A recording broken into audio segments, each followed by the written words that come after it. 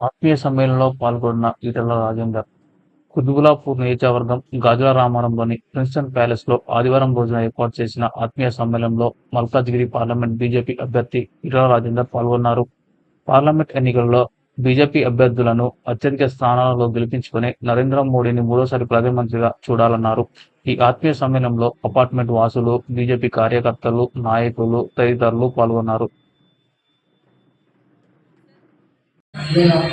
Bharatiya Janata party దయచేసి ఒక vote కూడా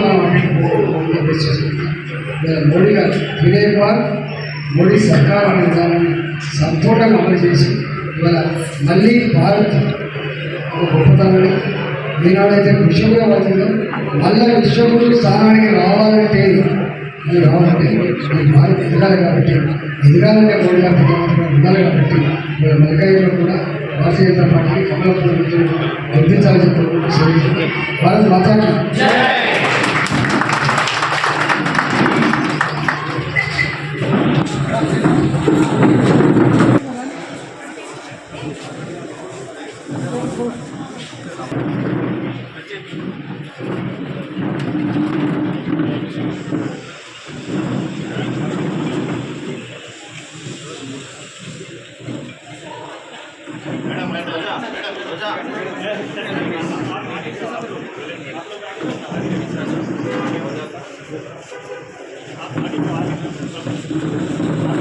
Thank you.